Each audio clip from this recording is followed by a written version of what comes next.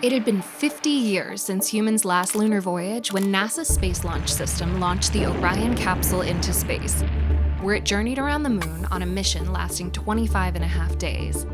In this time, Orion traveled 1.4 million miles, a historic achievement for a spacecraft that will one day transport humans back to the moon for the first time since 1972.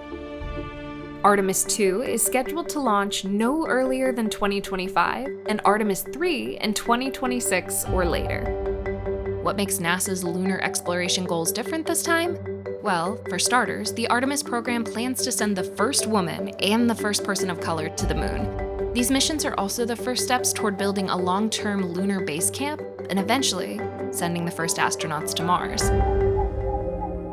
By establishing an outpost on the moon's south pole, scientists will be able to explore and understand parts of space previously unknown. A NASA base camp could potentially rely on resources from the moon, including water ice, oxygen, and metals, and become a more self-sufficient facility for scientific research.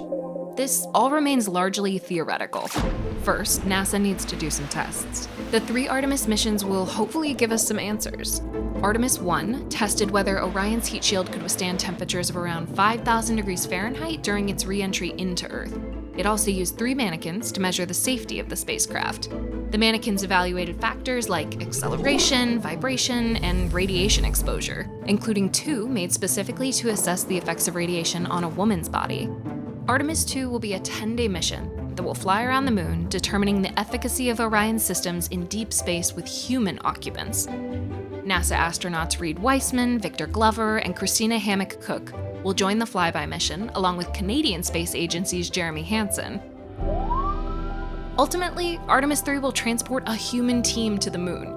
If all goes as planned, the program, named after the Greek goddess who was a sister to Apollo, will open new doors into space travel and our understanding of the moon and beyond.